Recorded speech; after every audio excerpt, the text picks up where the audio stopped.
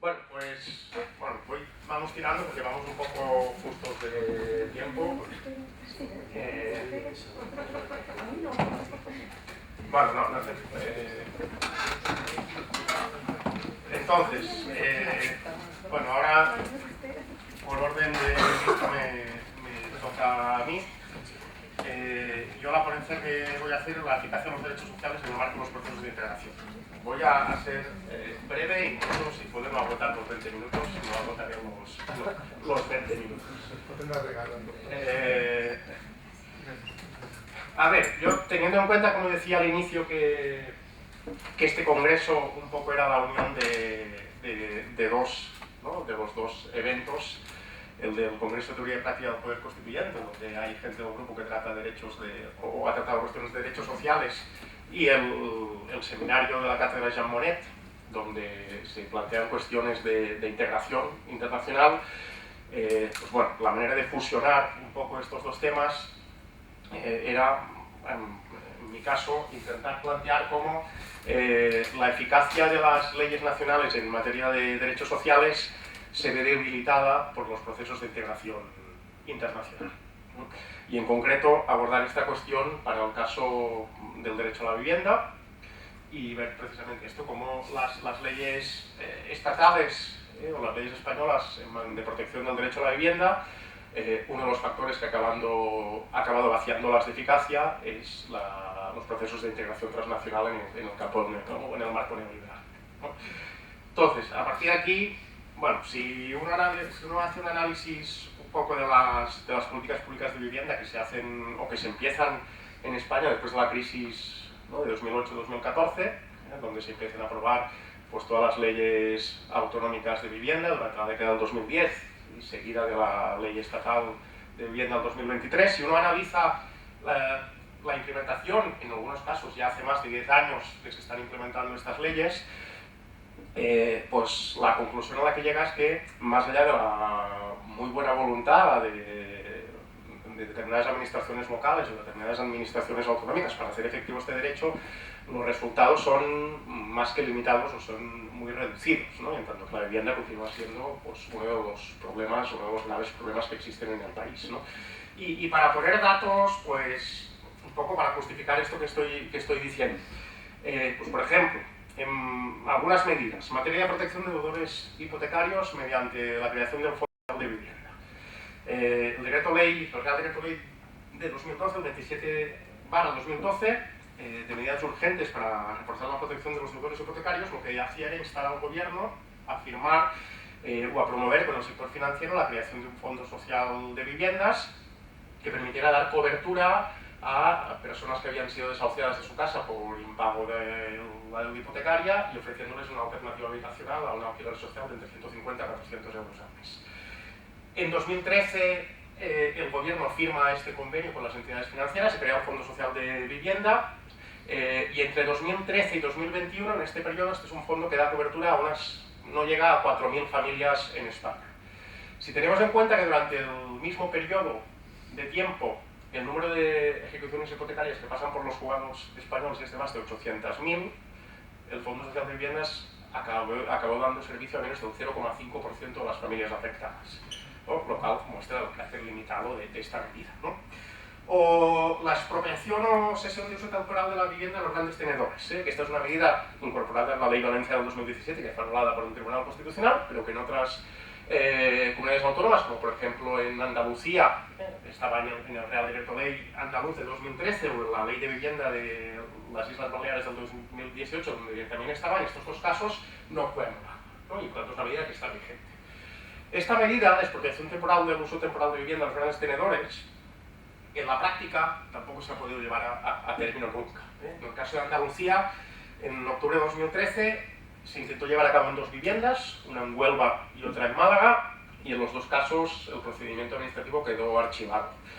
En el caso de las islas de Mallorca, en marzo de 2021 se anunció la expropiación de 56, expropiación temporal, de uso temporal, de 56 viviendas de grandes tenedores, 27 en Mallorca, 23 en Menorca y 6 en Ibiza. Esto quedó en última instancia en la aplicación de esta medida en 16 viviendas. que son las únicas en que esta medida se ha aplicado en todo el Estado durante todo este tiempo. Bueno, lo que pasa es que es una medida con unos efectos reducidos. O la contención de los precios de los alquileres. En 2020 se aprobó en Cataluña la famosa Ley 11/2020 de contención de los precios de los alquileres, de la contención de las rentas de los contratos de alquiler. Esto, con lo que se pretendía hacer con esta medida, era fijar un índice de precios de referencia que limitara los alquileres en las denominadas zonas tensionadas, que en el caso de Cataluña en aquel momento fueron 61 municipios. Esta medida estuvo en vigor 1 año y medio, hasta que en marzo de 2022 el Tribunal Constitucional anuló la medida, pero en este año y medio, según datos de la Agencia de Habitatge de Cataluña, en un contexto, este tiempo, de bajada generalizada de los precios de los alquileres, la reducción en aquellos municipios regulados fue tan solo un 2% superior al de los municipios no regulados, lo cual en la práctica es una reducción prácticamente inapreciable, ¿no? O movilización de pisos vacíos, que fue otra de las medidas incorporadas en muchas de estas leyes autonómicas, que consistían en incorporar impuestos o multas a las viviendas vacías. Varios municipios intentaron aplicar esta medida con resultados poco exitosos. Por ejemplo, en el Ayuntamiento de Terrassa, en Barcelona, el Ayuntamiento, con el objetivo de movilizar pues, las viviendas de entidades financieras vacías, lo que propuso era que el propio Ayuntamiento las pudiera gestionar en régimen de alquiler social. Las entidades financieras se negaron a esta opción y entonces lo que hizo el Ayuntamiento en aplicación de la Ley 18/2007 de Vivienda de Cataluña fue iniciar 802 expedientes a las entidades financieras e imponerles en total, en su conjunto, una multa que ascendía a un total de 545.000 euros. Bueno, esto fue en 2011. 7 años después de esta medida, el Ayuntamiento había conseguido cobrar menos del 30% de estas multas, no llegaba a 200.000 euros, poco, pero es que además la cantidad de dinero que se había gastado era más que la que había recibido. ¿Por qué? Pues porque las entidades financieras habían interpuesto 108 contenciosos administrativos contra el Ayuntamiento y el número de dinero que llevaba gastada en servicios jurídicos y en procesos judiciales superaba de mucho la cantidad de ingresos que había recibido por pago de las multas, ¿no? Es decir, podríamos continuar dando datos y dando ejemplos de todas las medidas que incorporan estas leyes. En el caso de la ampliación del parque público de vivienda por vía del derecho de tanteo retracto, sí que es verdad que se compraron viviendas, pero es verdad que el hecho de que la compra de viviendas dependa básicamente de las ofertas de vivienda que existen en el mercado o de la lógica del mercado inmobiliario, pues lo que te imposibilita es poder establecer ninguna planificación estratégica racional y adecuada de cómo llevar a cabo una ampliación del parque público de vivienda, ¿no? Por tanto, lo que vengo a decir es, a pesar de la buena voluntad y la aprobación de estas leyes y de la buena voluntad y el esfuerzo de muchas administraciones locales y de muchas administraciones autonómicas o estatales, los resultados de estas leyes de vivienda son, podríamos decir, ridículos, o prácticamente muy reducidos. ¿Por qué? ¿Cuáles son las razones que nos permiten entender porque estas leyes de regulación del derecho a la vivienda no han tenido mucha eficacia o muy buenos resultados? Bueno, pues a grandes rasgos yo creo que podemos entender que existen 3 grandes factores, o al menos 3 grandes factores, posiblemente existen más, que permiten explicar esta cuestión, ¿no? El que nos interesará es el tercero, que es el que pone en relación la cuestión de los derechos sociales con los procesos de integración, que es el objeto de este congreso, ¿no? Pero de manera muy rápida y brevemente, una primera dificultad o un primer obstáculo sería, pues podríamos decir, los bloqueos institucionales entre los niveles territoriales de gobierno, entre los aparatos de Estado, ¿no? Es decir, pues por ejemplo, los recursos de inconstitucionalidad cruzados, ¿no?, entre el gobierno central contra las leyes autonómicas de vivienda, o a la inversa, los recursos de inconstitucionalidad de determinadas comunidades autónomas contra la ley estatal de vivienda, ¿no? En este sentido, por ejemplo, a partir de 2015, el Tribunal Constitucional Español empieza a emitir todo un conjunto de sentencias, en concreto hay más de 18 sentencias, en las cuales se anula parcialmente disposiciones de las leyes de vivienda de más de 8 comunidades autónomas, ¿no? Entonces, este es un factor que ha supuesto un obstáculo o un límite a la hora de poder implementar todo este conjunto de medidas, ¿no? Un segundo factor podría ser la lógica desde las que están diseñadas las leyes de vivienda. ¿Qué quiere decir esto, la lógica desde que están diseñadas? Bueno, podríamos decir que existen dos grandes maneras, dos grandes soluciones de afrontar el problema de la vivienda. Un primer tipo de soluciones, que es lo que podríamos llamar soluciones focalizadas, y un segundo tipo que podríamos llamar soluciones universales. Las soluciones focalizadas son aquellas que abordan las dificultades de acceso a la vivienda como un problema individual. Es decir, la dificultad de acceso a la vivienda se considera que no es un problema de ordenación económica general del sistema, sino que es un problema de las características personales de pobreza, de desempleo, de precariedad, de violencia machista, de adicciones, de discapacidad, etcétera, en que se encuentra una persona que le dificulta acceder a una vivienda. Con la cual cosa, las políticas de vivienda tienen que ser políticas focalizadas en determinados grupos en situación de vulnerabilidad. Por el contrario, pues las soluciones universales pues son aquellas otras que parten de la idea de que el problema de la vivienda es un problema que no depende de casuísticas sociales o médicas personales de determinadas personas, sino que es un problema estructural que afecta a un amplio conjunto de la población y que por tanto requiere de soluciones universales. Bueno, pues a partir de estas dos soluciones, lo que podemos decir cuando hablo de la lógica en que se han redactado las leyes de viviendas es que la mayor parte de ellos, de estas leyes autonómicas, todas las medidas, o gran parte de las medidas o soluciones que se plantean son soluciones focalizadas. Y son leyes pensadas en una lógica de soluciones focalizadas. Si uno se lee, pues para poner el ejemplo de la ley valenciana, si uno se lee el artículo 2, donde se define el objeto de la ley, dice: las administraciones públicas garantizarán la efectiva satisfacción de la vivienda asequible, digna y adecuada a aquellas unidades de convivencia que por sus ingresos u otras circunstancias no puedan acceder en condiciones de mercado. Con lo cual, aquí lo que se hace es crear un modelo bicéfalo que se estructura a partir de un doble nexo. Un nexo población-mercado, que aplica para la amplia mayoría de la población, y un nexo individuo-estado, que aplica para aquellos sectores en situación de vulnerabilidad. Es decir, la amplia mayoría de la población se tiene que solucionar el problema a través de acudir al mercado, mientras que aquellas personas que se encuentran en posición de mayor vulnerabilidad es donde el Estado focaliza sus políticas, ¿no? Esto, en una realidad como la nuestra, donde el problema de la vivienda ya no es un problema que afecta a determinados grupos vulnerables, sino que es un problema generalizado, la vivienda es uno de los grandes agobios de la amplia mayoría de la población. Normalmente, desde la sociología de las clases sociales, muchas veces se ha intentado tratar o se ha estudiado las clases populares desde el trabajo, desde Marx, mientras que las clases medias se las ha tendido a estudiar desde las lógicas o los hábitos de consumo, ¿no? Desde Veblen, desde Bourdieu, desde Weber. Esta diferenciación hoy en día ya no existe. O sea, hace muchos años que las clases populares han accedido al consumo a través del crédito, y hace muchos años ya que las clases medias han visto precarizadas sus condiciones de vida a través de la precarización del trabajo. Y esto lo que acaba generando es una amplia capa popular intermedia, con niveles distintos de ingresos, niveles distintos de cultura, hábitos de consumo distintos, pero que si algo comparten es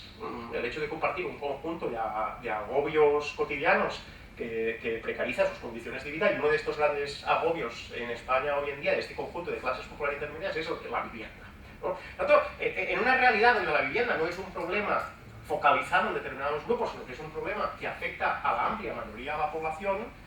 diseñar leyes que tengan una lógica de soluciones focalizadas en una lógica de soluciones universales, lo que hace es que estas leyes no sean eficaces y no sirvan para resolver el problema, ¿no? Y un tercer factor, podríamos decir, y aquí, como digo, es el que nos permite un poco poner en relación el tema de los derechos sociales con el tema de los procesos de integración, es lo que podríamos llamar el debilitamiento de las leyes nacionales de los derechos sociales por los propios procesos de integración político-económica de carácter transnacional neoliberal. Y para explicar esto, básicamente podemos partir un poco, podríamos decir, de tres premisas secuenciales, ¿no?, que nos permiten entender esto. Una primera premisa sería la que afirma que podríamos decir que las grandes transformaciones neoliberales que se producen en las últimas décadas del siglo XX, principios del siglo XXI, han supuesto un cambio en el paradigma de gobierno de nuestras sociedades. Pasamos de un viejo paradigma de la dirección democrática a un nuevo paradigma de la gobernanza transnacional. ¿Cuáles son las características de estos paradigmas, o cuál es la diferencia entre estos paradigmas? Pues básicamente, el paradigma de la dirección democrática lo que hacía era asociar el gobierno a la sociedad a algo que se ejercía verticalmente desde el centro de poder estatal, ¿no? Es decir, era el Estado, a través del poder ejecutivo o poder legislativo, que de manera jerárquica dictaba unas normas que eran las que gobernaba la vida de los individuos, ¿no? Por tanto, aquí hay una relación jerárquica o lineal de gobierno, ¿no? El Estado es el emisor de normas, la estructura social es el objeto o el receptor de estas normas, ¿no? Y por tanto, el Estado gobernaba y dictaba normas en una situación de plena soberanía, de plena autodeterminación y sin ningún tipo de interferencias externas, ¿no? Esto, por el contrario, hoy en día, el paradigma de gobierno de nuestras sociedades ha cambiado, fruto de todo el proceso neoliberal y de la entrada en la fase del capitalismo transnacional financiero. Hemos pasado, especialmente a partir de la década de los 80, cuando se empieza a desarrollar este nuevo paradigma, a partir de toda la xenofobia neoliberal y la aparición en el ámbito académico de conceptos como de descentralización, cooperación, red, empieza a aparecer un nuevo paradigma donde el paradigma de gobierno de nuestras sociedades ya no es un paradigma jerárquico lineal, sino que es un paradigma heterárquico, ¿no? Donde la toma de decisiones se toma en un conjunto de redes decisionales o comunicacionales donde participan una constelación de actores que están por encima, por debajo y en paralelo al Estado, donde hay procesos de integración regional, mundial, empresas transnacionales, actores políticos, sociales, económicos de distintos niveles territoriales, y donde, como digo, es a partir de la interacción entre ellos y los procesos de decisión entre ellos en estas redes interterritoriales que se acaban tomando las decisiones que determinan las políticas estatales, que sobrepasan a los estados y determinan sus políticas. Por eso decimos que pasamos de este gobierno o este paradigma de la dirección democrática a este nuevo paradigma de la gobernanza transnacional, ¿no? La segunda premisa es que en el interior de este paradigma de la gobernanza transnacional cambia, y esto está vinculado con lo que decía Guillermo, la manera en que el Estado pasa a prestar los derechos sociales y pasa a prestar los servicios sociales, ¿no?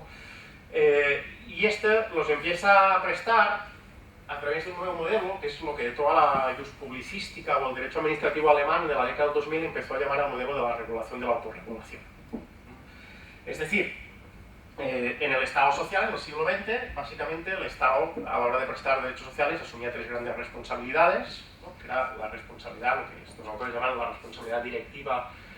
o reguladora, que es de ofrecer el ordenamiento jurídico, la estructura jurídica necesaria para que los derechos estén asegurados y se puedan prestar, la responsabilidad de ejecución, el Estado prestaba directamente a través de la estructura o la infraestructura administrativa del Estado estos servicios de prestaciones, y la responsabilidad de financiación, ¿no? Es decir, aportar los recursos necesarios para que estos recursos o estos servicios se pudieran prestar. La asunción de la integralidad de estas tres responsabilidades lo que hacían es que las prestaciones sociales o derechos sociales se prestaran en régimen de monopolio o al menos por el Estado en régimen de competencia con el sector privado. Con todo el proceso, toda la transformación neoliberal, los procesos de privatización, etc., el Estado continúa, podríamos decir, hoy en día asumiendo íntegramente la responsabilidad reguladora o directiva, la responsabilidad de regular la prestación de los servicios sociales, pero sí que las otras dos responsabilidades, que es la de ejecución y la de financiación, ha sido desplazada parcialmente hacia el mercado. Y esto, como digo, lo que acaba haciendo es que el nuevo modelo de implementación de derechos se lleva a cabo a partir de esto que se ha denominado la regulación de la autorregulación. Es decir, ¿qué quiere decir esto? Bueno, pues lo que vienen a decir estos administrativistas neoliberales alemanes, que son los que han generado una influencia también en España a través de profesores como Esteve Pardo, etc., es que en un sistema tan complejo como el actual, ¿no? Con tal complejidad de normativa, ¿no? de institucional, etc., en esta etapa de capitalismo financiero transnacional, donde hay múltiples actores, múltiples ordenamientos, múltiples niveles territoriales, el Estado ya no es capaz de ofrecer la legislación y la regulación que tal cantidad frenética de procesos, sistemas, niveles requiere, y esto lo que hace aparecer es una gran cantidad de procesos de autorregulación del mercado al margen del Estado, ¿no? Procesos en el ámbito financiero, en el ámbito técnico-profesional, en el ámbito ciberespacial, en el ámbito de la resolución de conflictos, etcétera, etcétera, ¿no? Y en esta marabunta de procesos y regulaciones que desbordan, dicen, la capacidad de intervención del Estado, en la que el Estado dice no puede absorber todo este desarrollo complejo de la sociedad dentro de la estructura administrativa del Estado, dicen, el Estado lo único que puede hacer es intentar establecer límites dentro de su territorio para garantizar cierto interés público, los derechos constitucionales y poder frenar los efectos negativos, ¿no?, de esta vorágine autorregulatoria o desbordadora del propio mercado, ¿no? Es decir, lo que viene a decir es que el carácter imperativo del derecho estatal no desaparece, pero la función del derecho estatal ya no es prestar íntegramente estos servicios, sino simplemente aceptar que hay un modelo de globalización que lo desborda, un modelo de autorregulación del mercado que lo desborda,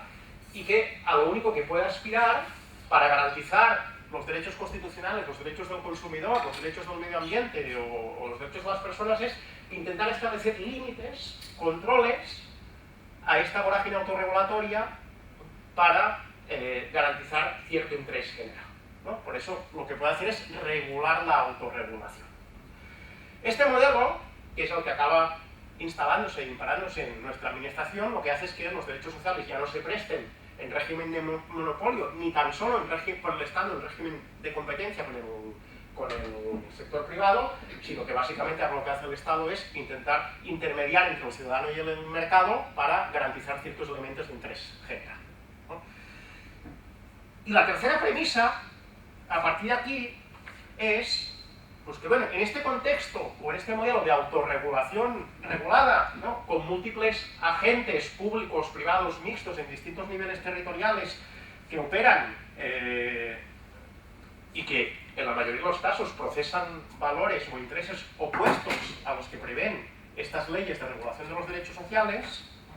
pues lo que sucede es que en este ámbito o estas redes de múltiples interdependencias funcionales o de correlación de fuerzas entre ellos, estos actores lo que acaban haciendo es desplegando sus fuerzas o desplegando sus influencias para vaciar de influencia las leyes que se acaban dictando.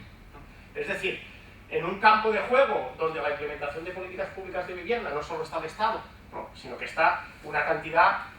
innombrable de actores con intereses distintos, ¿no?, consultores y promotores inmobiliarios, entidades financieras, sociedades anónimas cotizadas de inversión inmobiliaria, pequeños, medianos y grandes tenedores o rentistas, empresas de apartamentos turísticos, fondos de inversión nacional o internacional, el sector turístico, el sector hotelera, etcétera, etcétera. En este contexto, cuando el Estado dicta una ley, que aquí el derecho no se puede entender en una percepción simplista de la lógica mandato-obediencia. Es decir, cuando el Estado emite una ley, no es que todos estos actores inmediatamente pasen a adecuar su comportamiento al cumplimiento de la ley. Cuando el Estado dicta una ley en este paradigma de la gobernanza transnacional multinivel con múltiples actores, pues lo que hacen estos actores, que como digo, en la mayoría de los casos procesan intereses contrarios a la propia regulación de la ley, es empezar a desplegar sus influencias y sus correlaciones de fuerzas para que en el interior de este marco de interdependencias funcionales en que opera la implementación de políticas de vivienda puedan vaciar de eficacia el contenido de la propia ley de vivienda, ¿no? Por eso lo que acaban haciendo es neutralizando muchas veces gran parte de la eficacia de la ley de vivienda y rompiendo esta correlación entre gobierno y resultado, ¿eh? Y muchas veces las propias aspiraciones a las que pretendía la ley no se llegan o no se pueden hacer efectivas, ¿no? Por eso decía que los propios procesos de integración político-económica, internacional o transnacional, neoliberal, lo que acaban haciendo muchas veces es vaciando la eficacia de los derechos, de las leyes nacionales de derechos sociales, ¿no? Y seguramente es otro de los elementos, entre muchos otros, que nos permite explicar por qué las leyes autonómicas o estatal de vivienda han tenido unos resultados reducidos o limitados en este campo, ¿no? Seguramente habría múltiples otros factores que podríamos explicar, pero como que no hay más tiempo, pues lo dejo aquí y seguimos.